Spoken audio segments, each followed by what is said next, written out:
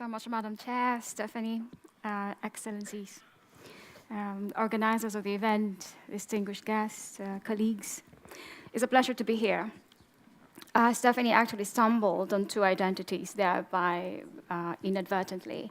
I'm Minerva Novero, which is my maiden name. I'm also Minerva Novero Belec, Belec, which is my married name.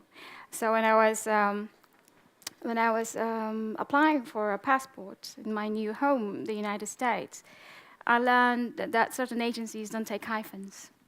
So Novero-Belec, which is my legal married name, does not exist in certain agencies. So I have to carry two IDs with me, which shows my maiden name and my married name.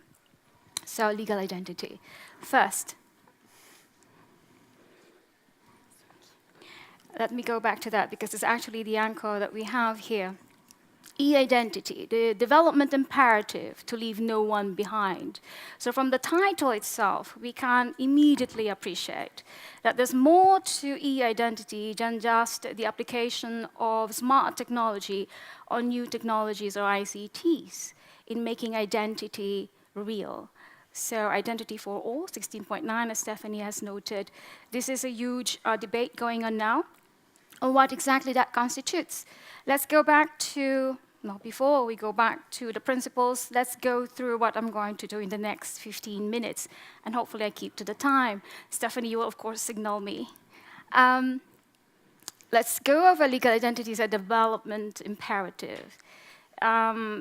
Greatly understood, probably, but appreciated in various ways by various ministries. E-identity and the SDGs. Why do we care about e-identity in the achievement of the 2030 agenda? And then let's go through some key trends and applications. We will focus more on this third, and I will not go so much into the detail of country experiences and expertise that is available across regions, because we actually have our experts from the countries themselves on the panel as well. And then way forward, and here we will need to have hopefully some engagement down the line after our interventions in this presentation. So terms, issues, and relevance. Identity, we know what identity is. This is what distinguishes you, the characteristics that sets you apart from all the others. So it could be your gender, it could be your personality, your whatever is unique about you. Legal identity, that's something else. You may have identity under the sun in front of your eyes, in front of your mirror, but are you a legal identity in front of legal authorities, particularly your government, public institutions? So as we usually read in various literature, there is no universal agreement on what constitutes legal identity. Every country varies on what they consider as a legal identity to themselves. But we always lean on the fundamental principles, which is as embodied in the UN Declaration of Human Rights. So here, the Human Rights Declaration states that everybody has a right to recognition everywhere as a person before the law. So you have rights. By virtue of human being, you have a right. It is a human right. International Convention on Civil Political Rights, UN Convention on the Rights of a Child, that confers the child the right to be recognized also, that to be registered after birth. And there are certain ways on how this is applied. And the agency, in fact, the leading agency on this would be UNICEF. So, legal IDs. This discussion, by the way, is not about these three. We will not debate about these three. These are just foundations to recall ourselves on what we lean on when we talk about the identity. Legal IDs.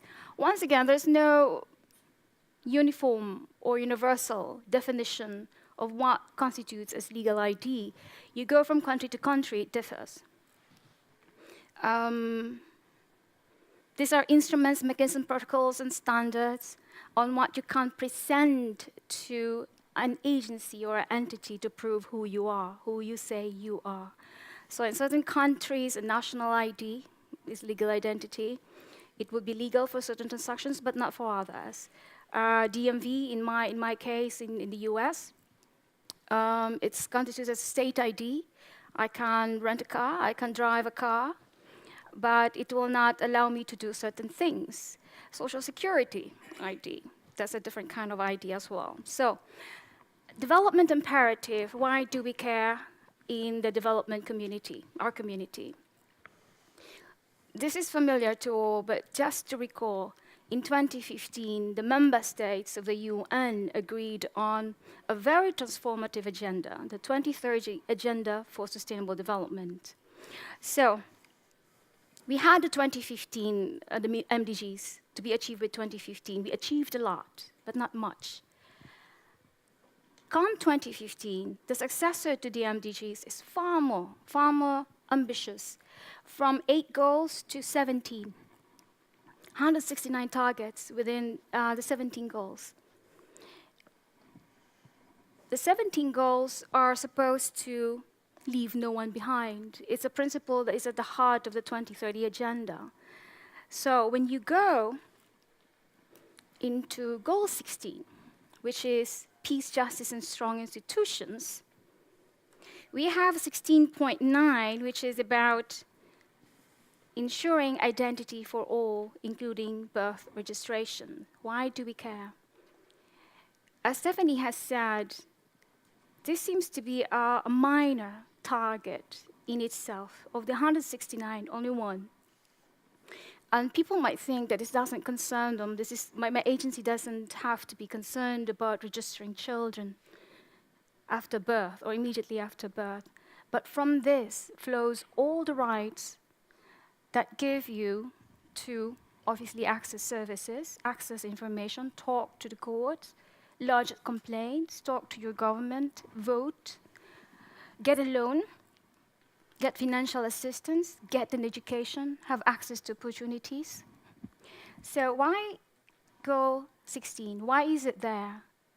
And this is one of the things that is so revolutionary about the 2030 Agenda, that we have a goal 16 in a global accord, which is about peace and justice, about anti-corruption, about making institutions transparent, effective, equitable, and so on. And it resides there because all of this is deeply connected to who you are and what rights you have before your government, before the law, in society, in financial institutions, and so on. So from there also we can connect, if we look at the targets of Goal 16, anti-corruption, participation, empowerment, making illicit financial flows, to stop trafficking, and so on and so forth. This flows from what right you have to be at the table. What right do you have to define your society, the kind of government you will have? So 16.9, Goal 16, revolutionary.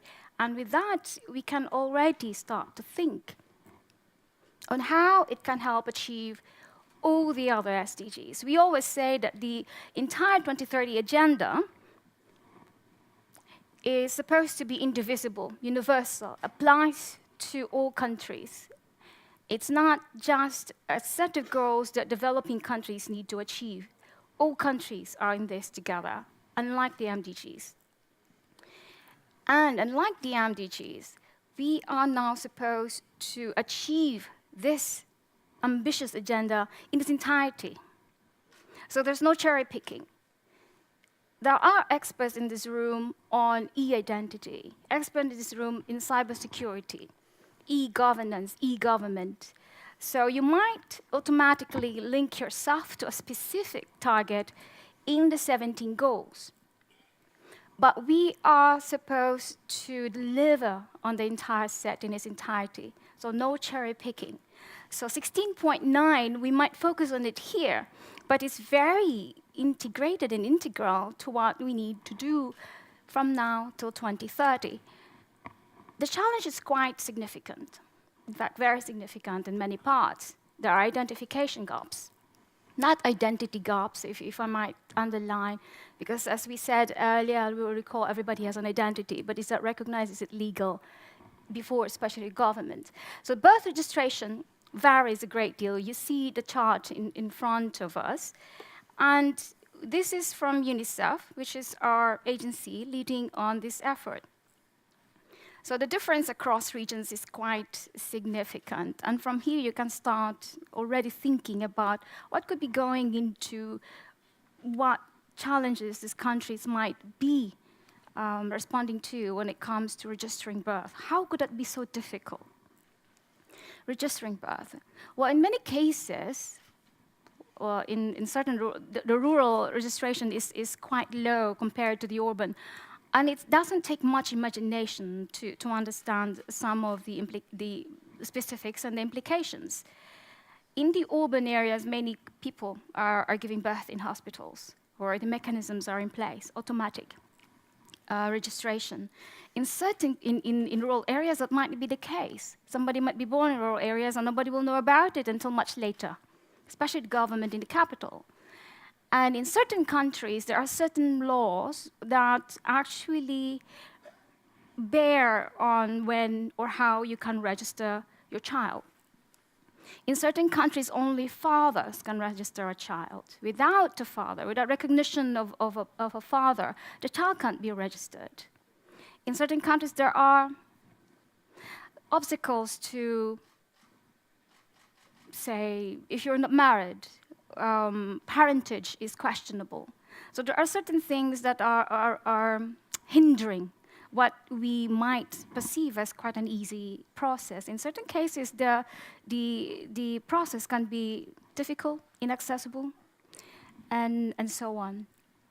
So we have some countries that are facing specific and significant challenges. Some of the colleagues are here from some countries, and we look forward to hearing from you on these challenges and opportunities.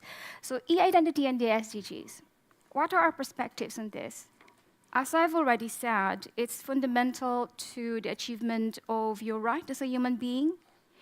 And with that, when it comes to development, it is connected to your right to access basic services, education, health, jobs. And we might think that, fine, no access to education, that should be really concerning us, because when you think that in most likelihood, those that have difficulties when it comes to birth registration are already the most behind. They are poor, they're in remote areas, or maybe later on we'll touch on this, in urban areas, in cities, but invisible, living in slums, marginalized, maybe because of ethnic or other kinds of group identifications.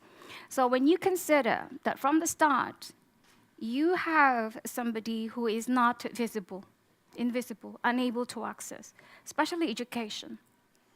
In many schools, birth certificate is a requirement to access universal education. But then again, when you think that this right, this primary right is denied, this sets the individual further behind within the community, within the society, and the rest of the world. And we're talking about millions here. And the World Bank estimate at one point is 1.5 billion in identity gaps, identification gaps. I think it's now 1.1 by the end of 2016. So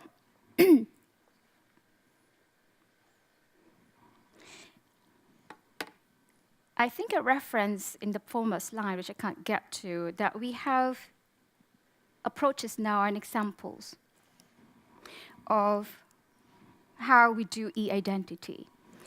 So the potential of e-identity to advance SDGs, as we've said, we are focusing on 16.9 as a goal in itself.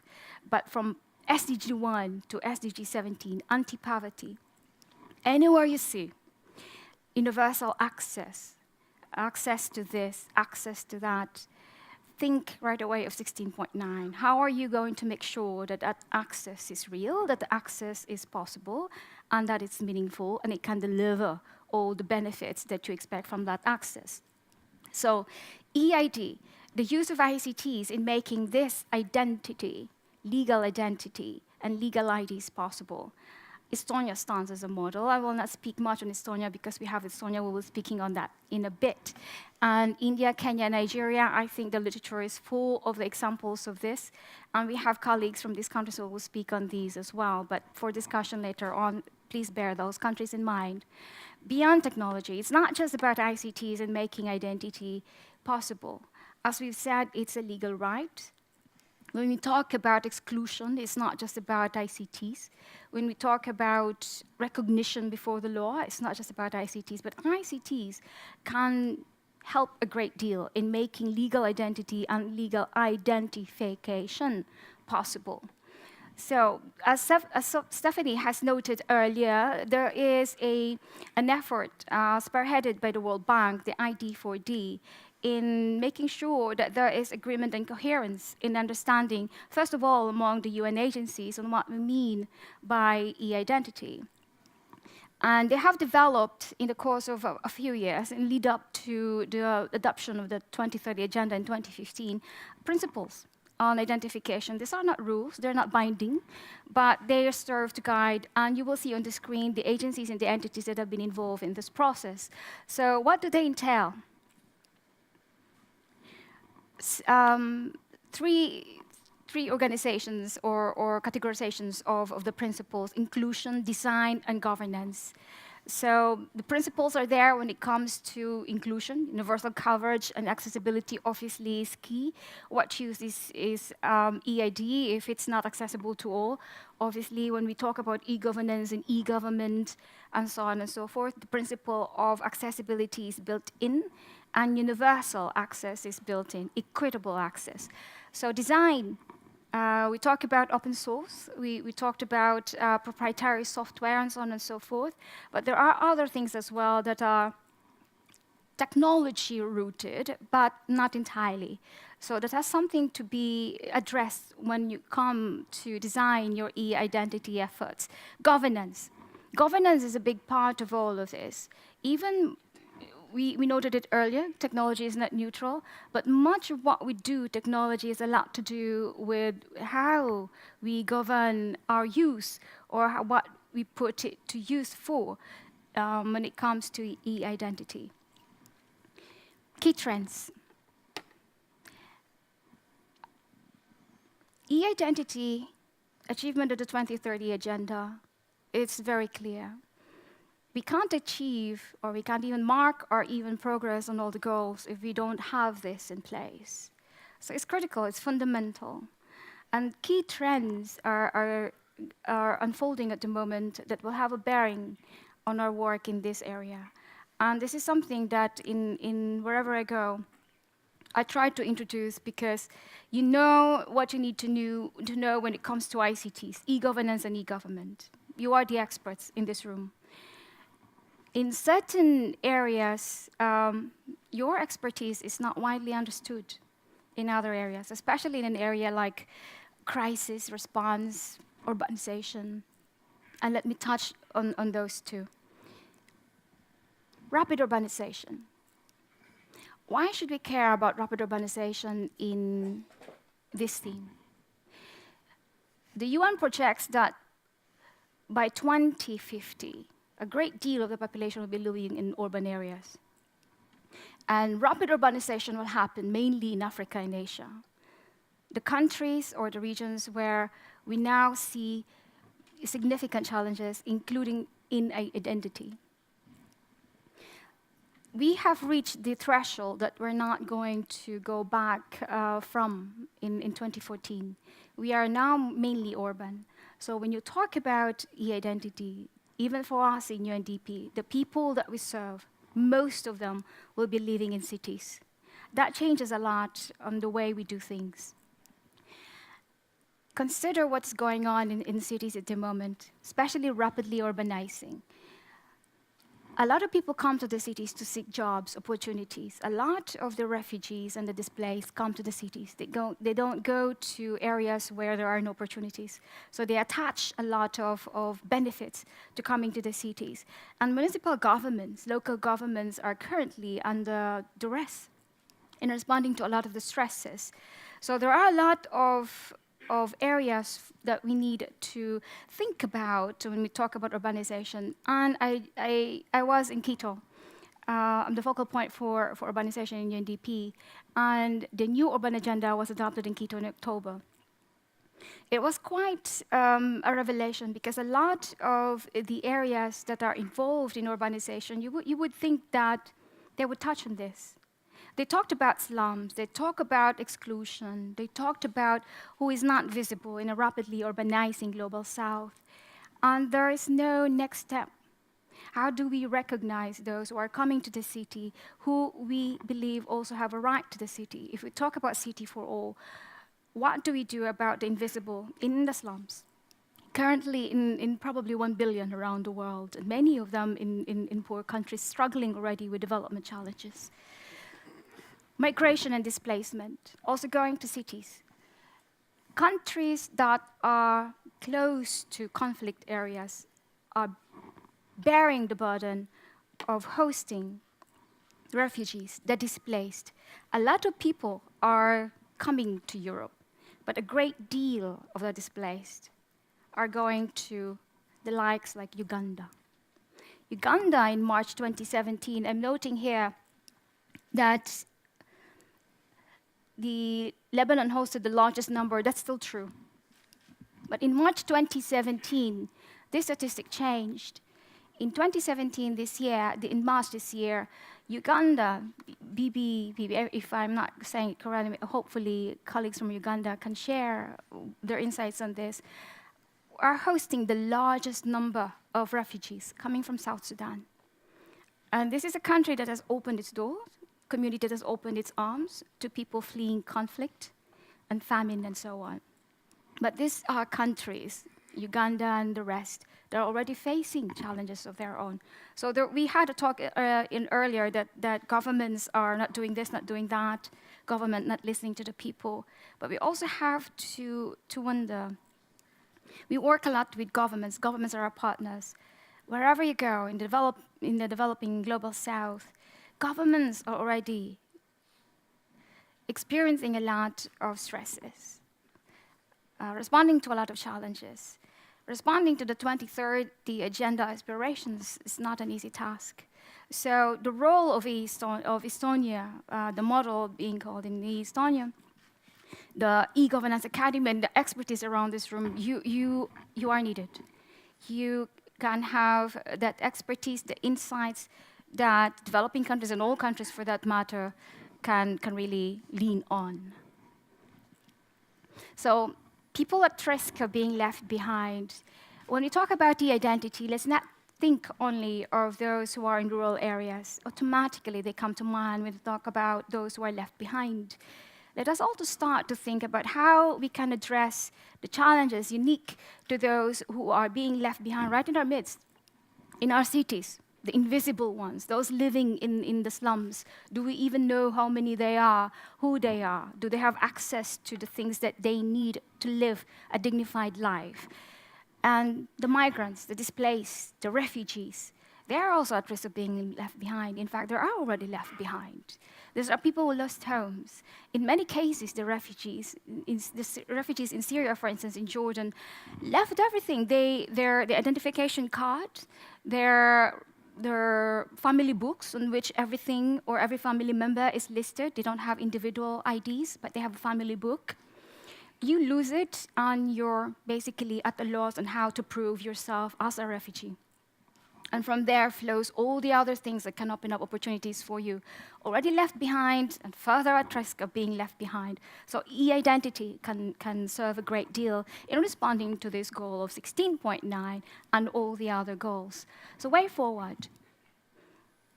There's a lot of things that we can start to think about to make sure that our e-identity efforts actually work to serve, to pull those who are left behind into the fold.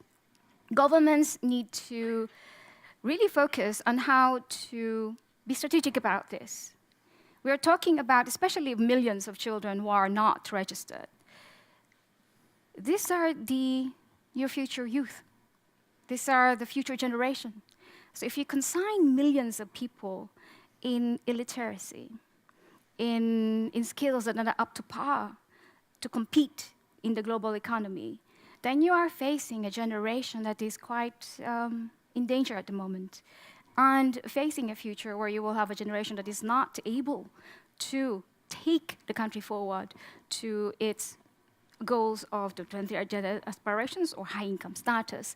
So investments, resources, and partnerships are crucial. We see this everywhere. And we heard it quite often. Somebody was saying that if I hear that word again, I forgot what that word does, but in conferences it also comes up, multi-stakeholder. What exactly do we mean by that? And when we think about private sector, we should reframe the role of private sector in development efforts. It's not just a source of funding. Private sector is also a source of a lot of expertise.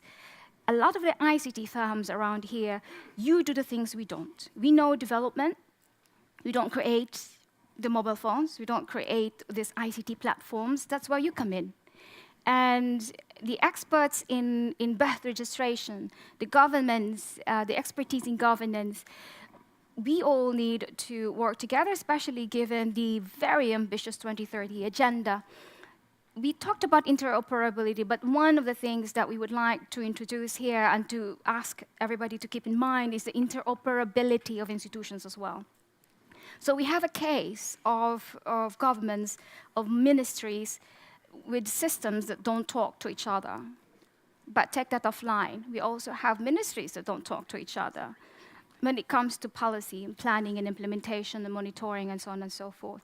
So when we talk about whole of government approach, there's a lot that can be done to make that real. And when we talk about the achievement of the SDGs from SDG 1 to 17, not a single agency can do that. Not a single government can do that even by itself, or an UN agency. Nobody can do that by itself. So interoperability in many layers is necessary. We talk about rapid urbanization. Interoperability, vertical, horizontal, totally absolutely necessary. Coherence among partners. The idea for the initiative is quite revolutionary in that it got the agencies together to work together on the creed principles that we just touched on. So more coherence is needed. We have seen that in the ICT for development area. So we're seeing it here again. So beyond technology, government designed for new times. So it's e-identity as a fundamental, a requisite to the achievement of all the other goals. It requires a government that can think in new ways, bold and inclusive. So this actually, in fact, revolutionizes the way we do government and the way we do governance. So a lot to think about. Being strategic, goal 16. Ambitious agenda, 16.9. Don't be tempted to think of putting all efforts in 16.9 by itself. Accelerators, bottlenecks. There's a way that we're trying to help or assist or work with governments now in making sure that the 2030 agenda efforts or implementation are coherent and strategic. So in focusing on goal 16, you also could, in fact, advance all the other goals. In fact, we believe that we can advance the entire 2030 agenda through goal 16 because there can be no peace without development, no development without peace. Institutions are critical at all layers and all goals. But it's more than that. Goal 16 and goal 16.9 especially, when it comes to the goals and the squares, very directly relevant. So with that, I leave you the thought, e-identity, transformation, key to leaving no one behind. Thank you.